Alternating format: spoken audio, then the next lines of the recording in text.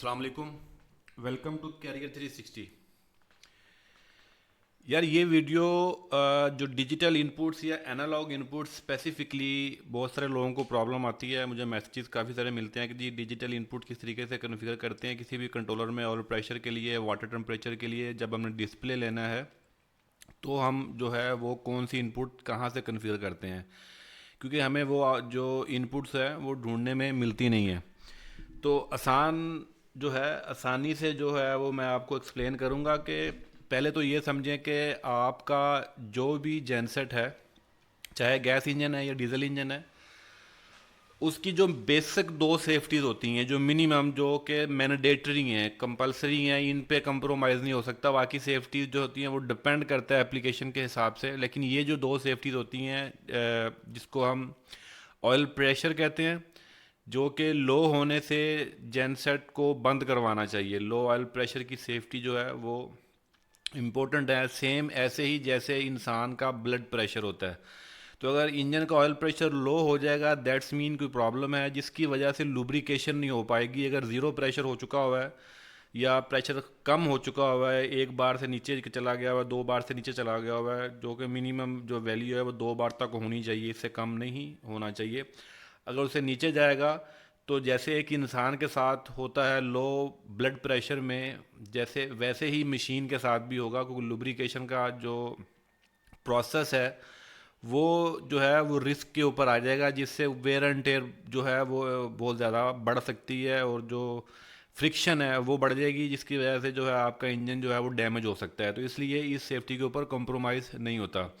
दूसरी सेफ्टी होती है टम्परेचर की, जिसको जैकेट वाटर टम्परेचर भी कहते हैं और इंजन कूलेंट टम्परेचर भी कहा जाता है। तो ये इनपुट्स जो है आप डिजिटली भी यूज़ कर सकते हैं और एनालॉग भी यूज़ कर सकते हैं।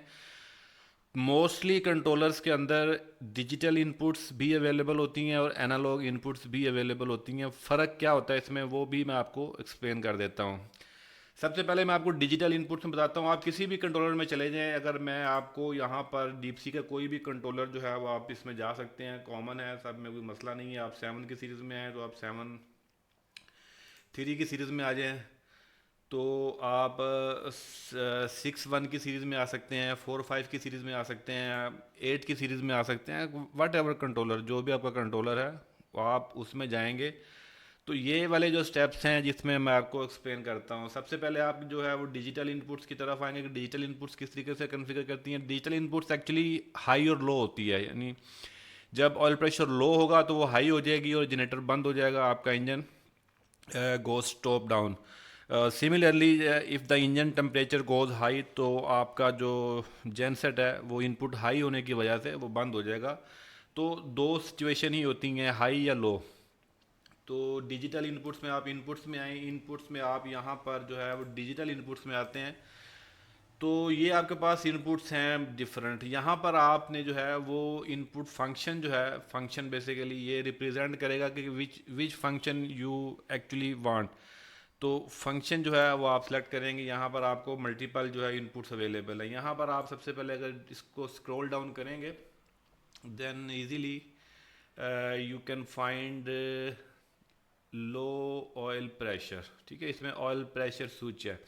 अच्छा, इसमें लो ऑयल प्रेशर नहीं लिखा हुआ, ऑयल प्रेशर स्विच है, तो ये ऑब्वियसली बात है, अंडरस्टूड है ये कि लो ही सेटिंग के लिए है। ठीक है, क्योंकि ऑयल प्रेशर लो ही ज़्यादातर रिस्क होता है, हाई तो होता नहीं है उसका।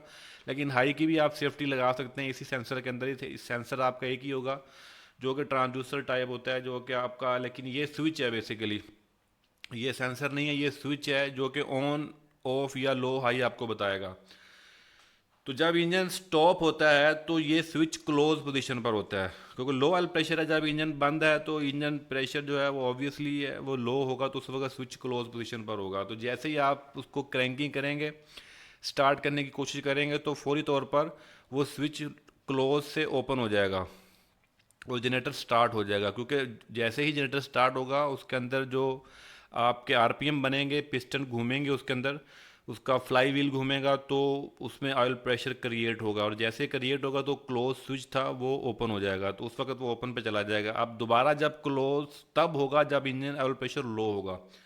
तो ये सिंपल सेलेक्ट करना है क्लोज टू एक्टिव। ठीक है, ये क्लोज टू एक्टिव पोजीशन है, ओपन टू एक्टिव भी होता है, लेकिन आपने क्लोज टू एक्टिव को चूज़ करना है, इसके अलावा और कोई सेटिंग नहीं है। सिमिलरली अगर आप इस पे जाते हैं तो यहाँ पर आप जो है वो टेम्परेचर की जो है उसको आप यहाँ से चूज़ कर सकते हैं। टेम्परेचर की वैल्यू जो आप जाएंगे, जो इंजन आपको मिलेगा यहाँ से, इसमें मिलेगी, ड्रॉप डाउन करते जाएं तो आपको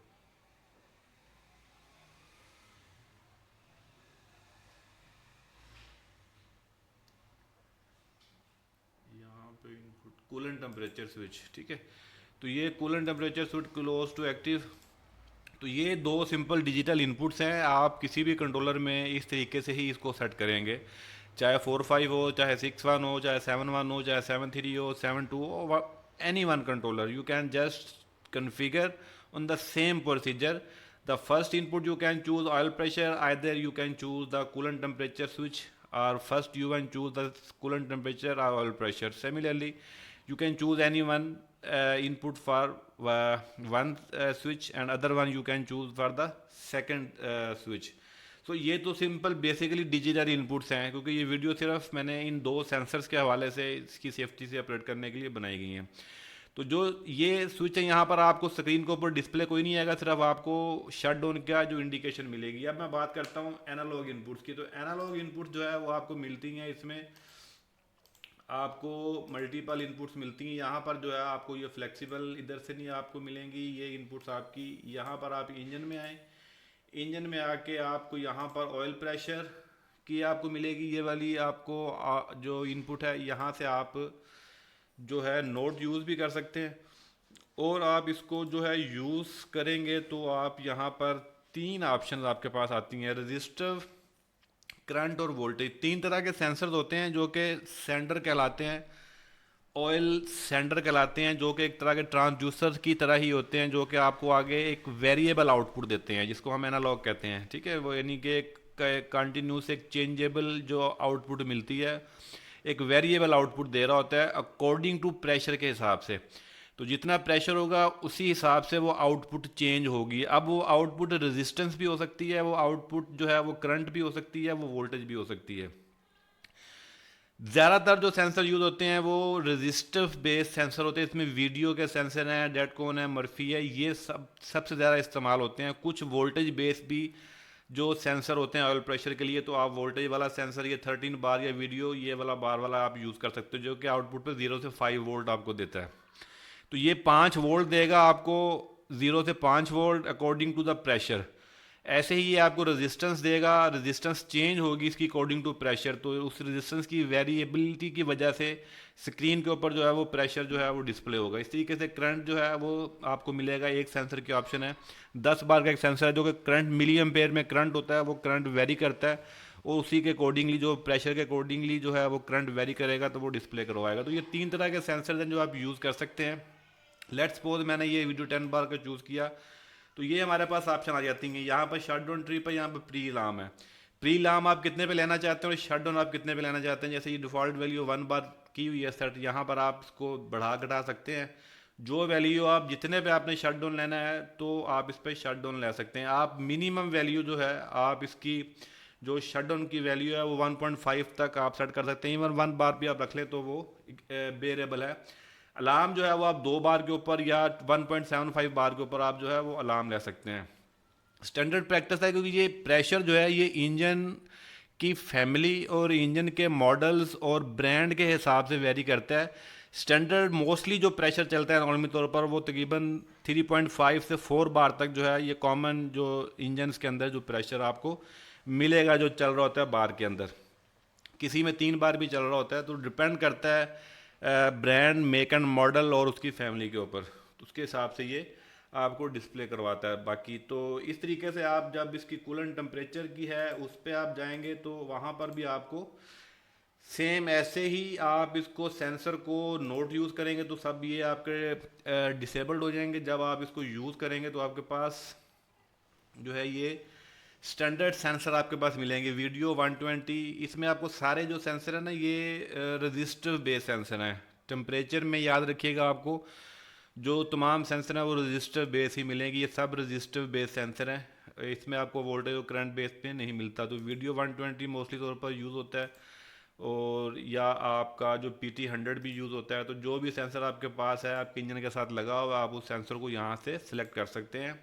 सिमिलरली आप लो कूलेंट टेम्परेचर पे भी आप अलार्म ले सकते हैं। आप हाई पे, क्योंकि हमें हाई पे चाहिए होता है तो ये समटाइम आप इसको बंद ही रखते हैं, लेकिन सम टाइम ये अलार्म वहाँ पे सेट करते हैं लो पे, जहाँ पर जो वेदर बहुत ज़्यादा कोल्ड होता है, तो हमें वो सर्टन जैकेट वाटर हीटर्स लगाए लगाए होते हैं, जिससे वो टेम्परेचर को मेंटेन करता है 60-70 सेंटीग्रेड तक उसको मेंटेन करके रखता है इवन जनरेटर स्टॉप कंडीशन में। तो ये उस पर्पज़ के लिए है। तो मोस्टली तौर पर इसको बंद रखा जाता है, लेकिन आप इसको यूज़ करना चाहें तो यूज़ कर सकते हैं अकॉर्डिंग टू योर एप्लीकेशन या अपनी साइट सिचुएशन के हिसाब से। तो ये हाई इंजन टेम्परेचर है, आप इसकी वैल्यू जो है वो शट डाउन, रिटर्न और ट्रिप, इलेक्ट्रिकल ट्रिप ले सकते हैं। आपका ब्रेकर ट्रिप कर देगा, या शट डाउन चाहिए तो आपको शट डाउन मिलेगा इसके ऊपर। 137 सेल्सियस बहुत ज़्यादा वैल्यू है। नॉर्मली तौर पर 105 सेंटीग्रेड के ऊपर जो है वो शट डाउन होना चाहिए हर हाल में, इससे ज़्यादा की वैल्यू सेट नहीं करनी चाहिए। तो यहाँ पर जो है आप इसकी वैल्यू को करते हैं कूलेंट हीटर कंट्रोल। जैसे मैंने अभी बताया कि जैकेट वाटर हीटर जो होता है वो उस टेम्परेचर को मेंटेन करने के लिए होता है, तो यहाँ पर हम उसको भी इनेबल डिसेबल्ड ऑन ऑफ कर सकते हैं कि ख़ास टेम्परेचर के ऊपर तक वो हीटर चलता रहे। जब उसका टेम्परेचर पानी का पहुँच जाए तो वो हीटर बंद हो जाए सप्लाई। तो इसकी सेटिंग भी हम यहाँ से कर सकते हैं। तो कूलर जो है वो कूलर भी इस्तेमाल कर सकते हैं, आप फ़ैन को कंट्रोल भी कर सकते हैं, आपका फ़ैन जो है उसको भी यूज़ कर सकते हैं। तो ये आपके पास मल्टीपल ऑप्शन है जिससे जो है आप इसको यूज़ जो है वो कर सकते हैं। बाकी इसमें आपको जो है वो एक फ्यूल लेवल की भी आपको ऑप्शन मिलती है। अगर ये भी एक एनालॉग ही आपकी इनपुट है जिसमें आप फ्यूल लेवल जो है वो आप चेक कर सकते हैं कि फ्यूल लेवल जो है वो कहाँ तक होगा। ठीक है, तो जैसे दूसरे सेंसर ऑयल प्रेशर टेम्परेचर के, ऐसे ये सेंसर भी आप यूज़ कर सकते हैं। इसमें भी आपको स्टैंडर्ड ये सेंसर मिलते हैं जिससे आप परसेंटेज वॉल्यूम टैंक जो है वो बेसिकली आपका फ्यूल का वॉल्यूम टैंक, वहाँ से आप जो भी सेंसर होगा वो आप इसको यूज़ कर सकते हैं। और आप अपना फ्यूल पंप जो है वो डे टैंक से बेस टैंक में फ्यूल को डालने के लिए आप उसको यूज़ कर सकते हैं। तो आप उसकी सेटिंग यहाँ से भी कर सकते हैं ऑन ऑफ कितने परसेंट पे। अगर 25% आपका बेस टैंक में फ्यूल रिमेनिंग है तो आपका फ्यूल पंप स्टार्ट होगा और डे टैंक से फ्यूल उठाकर आपके बेस टैंक में जो है वो बोर करेगा। तो ये सेटिंग जो है आप इसको इस तरीके से आप कर सकते हैं। फ्यूल टैंक की जो कैपेसिटी होगी वो आप यहाँ पर दे सकते हैं जितने भी लीटर की होगी। तो ये किसी भी कंट्रोलर में आप जाके इस तरह से लो ऑयल प्रेशर और हाई इंजन टेम्परेचर की जो सेफ्टीज़ हैं, जो इनपुट्स हैं डिजिटल एंड एनालॉग, उनको आप इस तरीके से इजीली जो है वो कन्फिगर कर सकते हैं। और ये प्रॉपर जब कन्फिगर हो जाती हैं तो फिर आपकी जो मशीन है वो ऑब्वियसली वो एक प्रोटेक्टेड हो जाती है। उम्मीद करता हूँ ये वीडियो जो है आप लोगों के लिए हेल्पफुल साबित हुई होगी। Moreover if you need any further information और assistance you may contact any time via WhatsApp, phone call और ईमेल और text message. I will reply you as soon as possible. मिलते हैं अगली किसी शानदार वीडियो में, तब तक के लिए अपना ख्याल रखिए। Wish you all the best of luck. Allah हाफिज़।